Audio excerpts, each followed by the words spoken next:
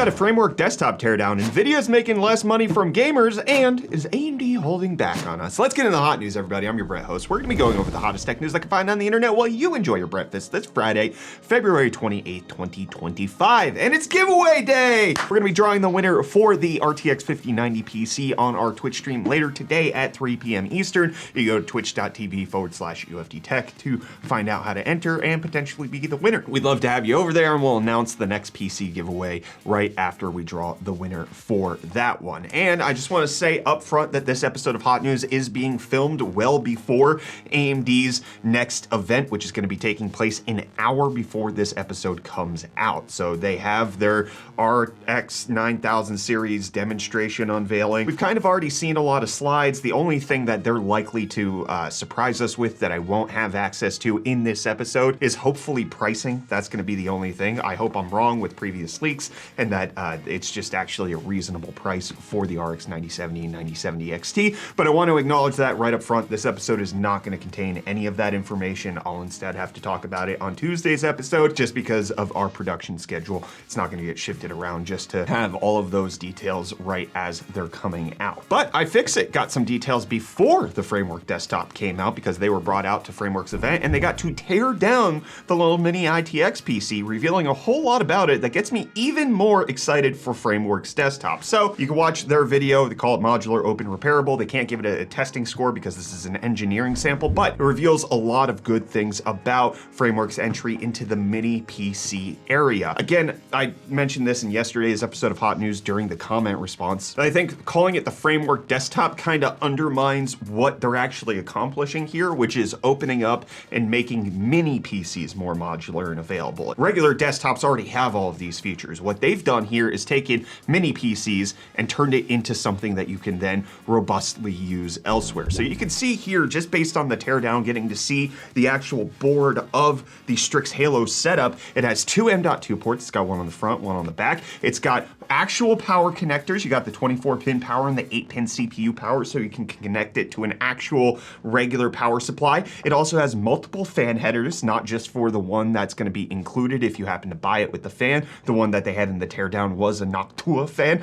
And you can even see it has addressable RGB right up here next to one of the fan sections. And it looks like it also has the power reset switch LED setup right at the front panel section right there. Has a PCI Express slot, and it just looks like they've made something that can potentially be put in many different PCs, and people are going to finally be able to build essentially a Windows or, Linux version of a PlayStation. That's essentially what this is giving us. That Strix Halo APU is incredible. I've been looking forward to it for ages. I love the idea of a massive APU for gaming PCs. We've had it on consoles, and now AMD's finally bringing it here, and Framework looks to be the company that's going to make it accessible for the average person. I love it.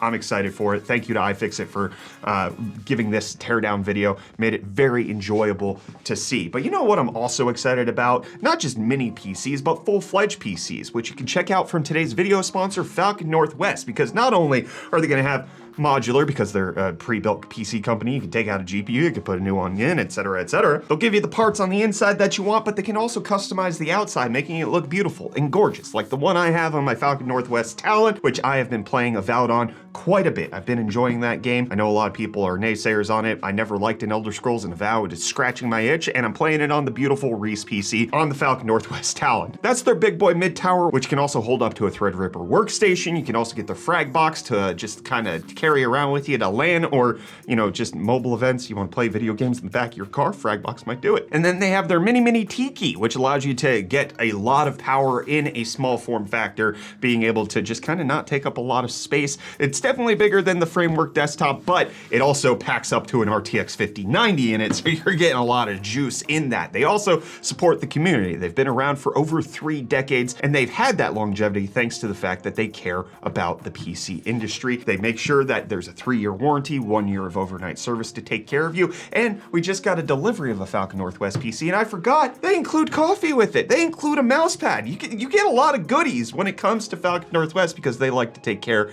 of their customers. And if you want to be taken care of in that way and get a PC that matches you for both the performance you want, but also the visual aesthetic, check out Falcon Northwest at the link in the video description below. Big thanks to them for sponsoring today's video. But while I'm excited about the Framework desktop and Falcon Northwest, one of the things I've not been very excited about is the PlayStation VR 2. I actually have one. I've used it exactly once. I tried to use it for a video and then just completely forgot about it. It is very, very dusty at this point. However, it's also kind of been that way for Sony and their sales. So they're trying to spice that up by giving it a price cut, dropping the PSVR 2 down to $400, making it now cheaper than the PlayStation 5, whereas previously it was way more money than it probably should have been, as indicated by the sales. So they're looking to sell it for $400, both as by itself or potentially with the Horizon Call of the Mountain bundle. Whether or not this is going to make it more accessible, they are also updating it to be more reliable when it comes to hand tracking. It's also available on PC. There's a lot going on in the PSVR 2 system besides games. That's been the biggest detractor, is that the game support just really hasn't been there. But the headset for $400 for PC isn't the worst deal, but it misses a lot of features that you do get when you use it on a PlayStation. But while Sony's dropping the price of the PSVR 2, Ayaneo is dropping an entire product after an Indiegogo crowdfunding campaign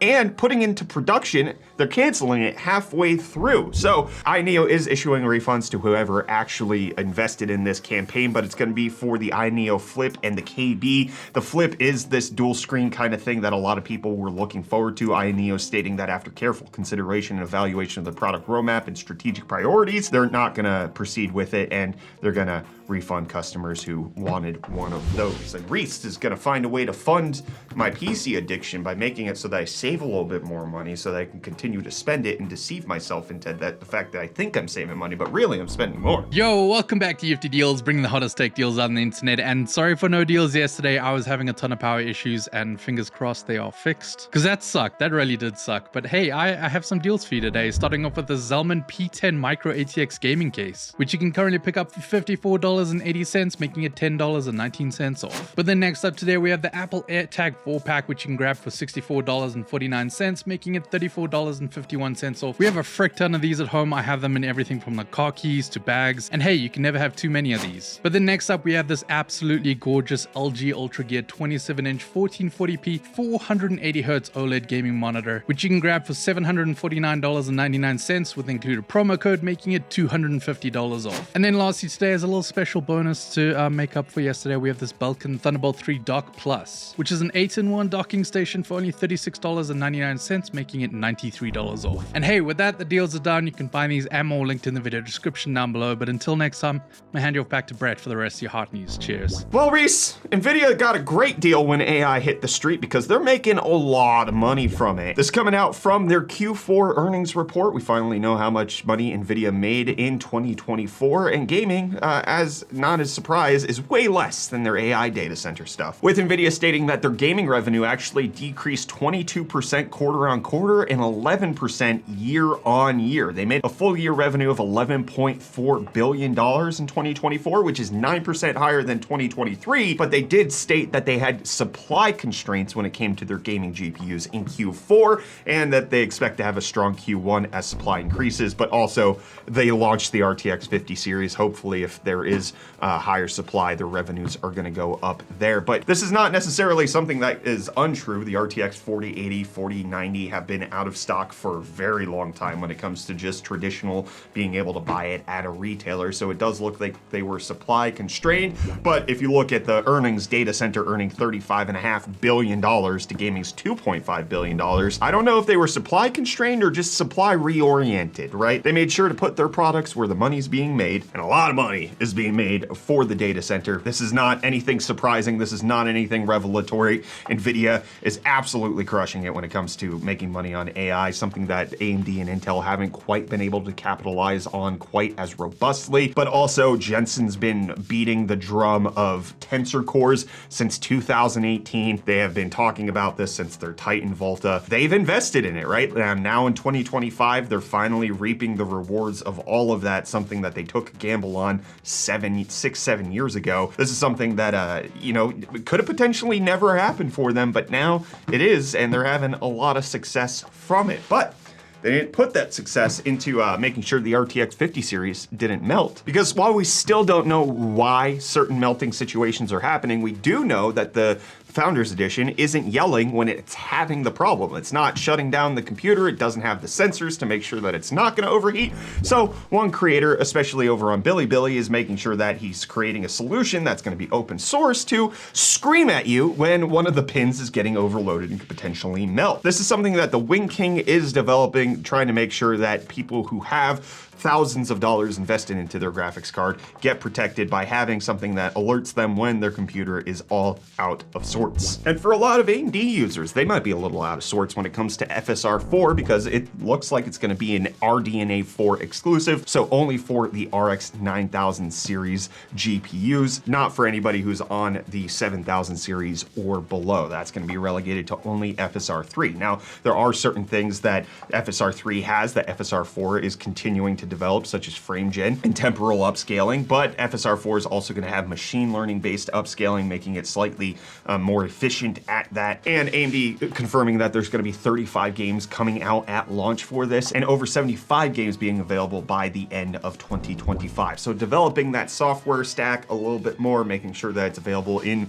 more and more games. I'm sure they talked a lot more about this at their event that happened a little bit ago. Hopefully we got more details on it. That's going to be good for the consumer. But one thing that they're likely not to talk about is the 9070 XTX GPU, because as far as we know, we're only getting the 9070 XT and the 9070. However, there's indication that there's something going on behind the scenes with AMD where an XTX may have been possible. So BIOS files are getting uploaded to Tech PowerUp's BIOS repository, which they have in case you need to download that for your GPU. And somebody found out that the 9070 XT Sapphire Edition actually has the code name of being a Navi 48 XTX GPU, which is intriguing because it should only be XT. Now, this could be for a multitude of reasons. One of them is that AMD tried to make an XTX GPU and decided to scrap it, and so that they dropped it down to just being an XT, potentially the Sapphire one. They did make the XTX GPU,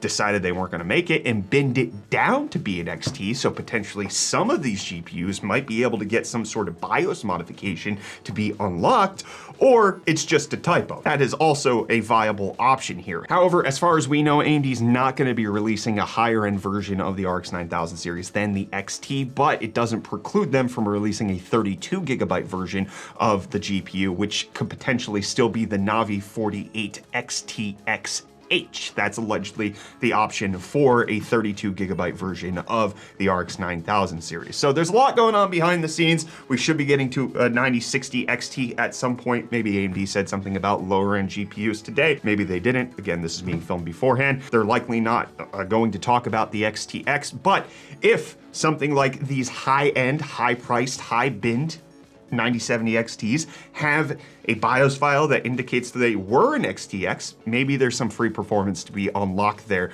like there has been in the past. I talked about in yesterday's episode of Hot News, you had things like the Vega 56 could be unlocked to be a Vega 64. I think the RX 460 also had some modification that you could do to it where you could unlock extra performance. This is how things kind of used to be back in the day. Graphics cards and sometimes CPUs could be tricked into being the higher end version, and the reason they weren't was just because they were binned down. That doesn't happen so much anymore where cards are binned down and then you can find a way to unlock them, but maybe we'll get back to that with AMD. Who knows? I would love to see it. And I love to see you guys commenting on Hot News. So let's go see what you said in yesterday's episode of Hot News. A lot of people talked about the pricing. I'm not going to address that in comment response today because that's already been hopefully talked about at AMD's event. It would be the worst if they didn't mention pricing at the February 28th event, and they were like, yeah, you'll find out on launch day. That'd be awful. I really hope they're not doing that, but I'm not gonna address the pricing comments just because they're kind of obsolete at this point. AMD should have revealed that information, but Roy's talking about everybody's begging them to lower their prices. But Expect Dragons saying they have a genuine question. What exactly can AMD do to stop retailers from price gouging? Because let's be honest, even if AMD reduce their margin, retailers and board partners are not going to pass that on to the consumer if people are buying at an inflated price. There are multi-factored things that these companies can do to influence the behavior of partners like retailers or distributors. Stock allocation is one. They're just not going to provide them with as many GPUs to sell, so they're going to have lower revenue. They're not going to be party to actually new GPUs in the future. You know, a punitive measure that way. Additionally, a lot of times these companies are reliant on companies like Intel, Nvidia, and AMD for marketing funds. Like a lot of times when you see big promotions of like, hey, you can get this game bundle at XYZ retailer, sometimes they've been paid by manufacturers' marketing funds in order to push that. Intel and Nvidia and AMD funnel those monies out to make it so that, you know, a retailer can get more marketing and they could potentially lose that if they scalp. Because the truth is, a lot of the times, it's not the retailers who are price gouging. It's not Micro Center who's increasing the price on the GPU. They're making the margin that they have agreed for MSRP. Now, if you see a higher cost GPU at a place like Amazon or Newegg, what you're likely seeing is not Amazon or Newegg selling that directly, but rather one of their third-party sellers. And those people don't have a direct agreement with all of these companies to sell them at a certain price, so they're making the higher margin. Or the scalping is happening on third-party sites like eBay. It's not necessarily the retailers who are doing it. In fact, I've never seen Micro Center, Amazon, or Newegg scalp or price gouge GPUs in the past. I've always seen them at the price that they're supposed to be. It's just that when that's happening and the scalping price is way higher, they sell out really quickly, so they're very difficult to get your hands on. And typically, it's always the companies like a Power Color or an AMD or an MSI or an Nvidia who are dictating that the price needs to be higher, and it's not actually the retailer who's controlling that. So there are punitive measures that can be taken against them, but also at the same time, they're not typically the ones who are misbehaving. And then Nicholas calling out the cleaning video that came out 2 days ago, saying it was a cat upgrade. I don't know if that's supposed to be a pun, but in case you didn't see it, Kyler and I got to upgrade his house. We kind of did like a home upgrade thanks to one of the sponsors here. It was exciting to just kind of get to give Kyler the gift of being able to buy certain things for his house, both technologically as well as just practically. And then we also got to check out a pretty cool sponsor. So if you want to go check out that video, we had a lot of fun filming it. There's a lot of good banter back and forth. It is an ad, so there is that component, but we tried our best to make it a fun video as well. And I'm gonna fun that way, not here. I'm done with hot news. See you next week.